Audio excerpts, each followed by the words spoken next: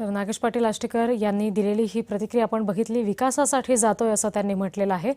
या सगळ्या संदर्भाने बोलण्यासाठी सध्या उभाठाच्या नेत्या किशोरी पेडणेकर आपल्याशी जोडल्या गेलेल्या आहेत. त्यांच्याशी आपण बोलणार आहोत. किशोरीताई, तुम्ही जय महाराष्ट्रावर ही आष्टीकरांची प्रतिक्रिया पाहिली असेल. ते म्हणतात की शिवसेनेमधून शिवसेनेमध्येच जातोय, विकासासाठी जावं लागतंय असं त्यांनी म्हटलंय.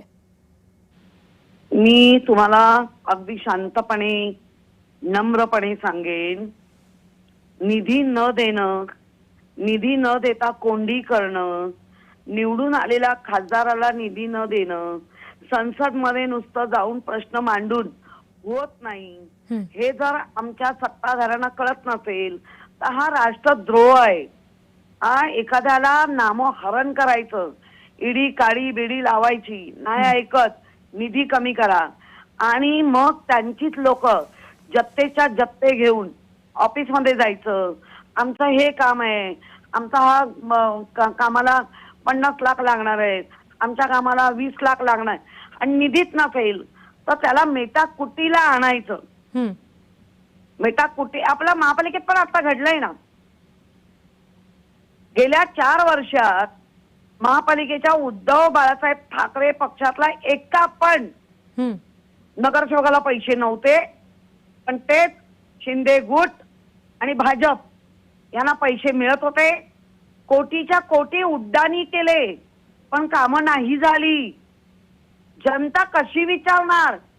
जनता सांगते आम्ही मतच नाही यांना दिलं, तरी मताच्या पेट्या भरतायत. किती किती हा सगळा या राज्यात नाही, या देशात राज्यद्रोह, राष्ट्रद्रोह चालू झालेला आहे. किशोरीताई, आता नागेश पाटील आष्टीकर म्हणतायत की जनतेनं मला आशेनं निवडून दिलंय, त्याच्यामुळे त्यांचं काम करण्यासाठी मला शिंदेंकडे जावं लागणार. जावं लागणार ही एक पळवाट आहे. निधी न दिलेल्याची मोठी पळवाट आहे, पण ती सत्य पण आहे. निधी देतात नाहीत आणि ह्यांना आता पुढे निवडून आलं पाहिजे. पुढे म्हणजे लोकांना कानाला डोळ्याला ते सगळं नित्याचं झालेलं आहे. या सगळ्यामध्ये आष्टीकर म्हणतायत किशोरीताई की असंविधानिक कोणी बोलू नये. राऊत साहेब बोलतायत तर त्यांनी बोलू नये असंही त्यांनी म्हटलंय. मला एक सांगा, आमच्या निशाणीवर तुम्ही निवडून येणार आणि ज्या असंविधानिक, मी तर म्हणते राष्ट्रद्रोह करताय. असंविधानिक संविधान कोणी शिकवायचं? जे संविधानाची मोडतोड करणार त्या लोकांनी आम्हाला सांगायचं संविधानिक बोला. काय अहो आष्टीकर, अहो गेले हो, बरे नव्हे हो, एवढं संविधानी होईल? अहो संताप संताप मतदाराचा होतोय, मतदार व्यक्त होतोय, पण व्यक्त होऊन करणार काय? हे असे बोलणार, संविधानाची मोडतोड करतायत, केसेस टाकतायत. त्याच्यामुळे हा राष्ट्रद्रोह चालू आहे. ठीक. किशोरीताई, धन्यवाद. आपण जय महाराष्ट्राकडे आपली प्रतिक्रिया नोंदवली त्यासाठी. उभाठाच्या नेत्या किशोरी पेडणेकर ह्या आपल्याशी बोलत होत्या. आपण बघितलं नागेश पाटील आष्टीकर यांची शिवसेनेमध्ये जाण्यासंदर्भातली ही पहिली प्रतिक्रिया समोर आली आणि त्याच्यानंतर किशोरी पेडणेकर यांनी दिलेली ही प्रतिक्रिया होती. विचारधारेला बाजूला ठेवत नाही, शिवसेनेतून शिवसेनेतच जातोय, सत्तेत आल्याशिवाय काम होणार नाही, लोकांनी फार विश्वासानं निवडून दिलंय, त्यामुळे त्यांची कामं व्हावीत, त्यांच्या विकासासाठी निधी मिळावा म्हणून मी जातोय, असं नागेश पाटील आष्टीकर यांनी आपली प्रतिक्रिया देताना म्हटलेलं आहे.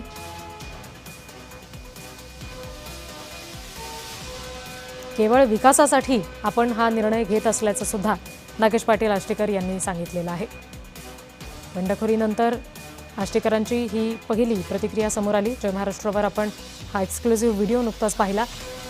विचारधारेला बाजूला ठेवलेलं नाही, शिवसेनेमध्येच गेलोय असं आष्टीकर म्हणतात. तर दुसरीकडे हा सगळा राष्ट्रद्रोह आहे.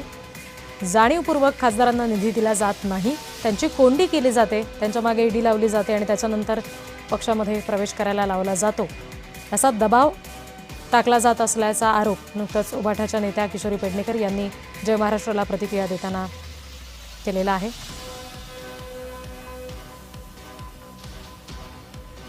बंडखोरीनंतर नागेश पाटील आष्टीकर यांची ही पहिली प्रतिक्रिया आपण नुकताच पाहिली.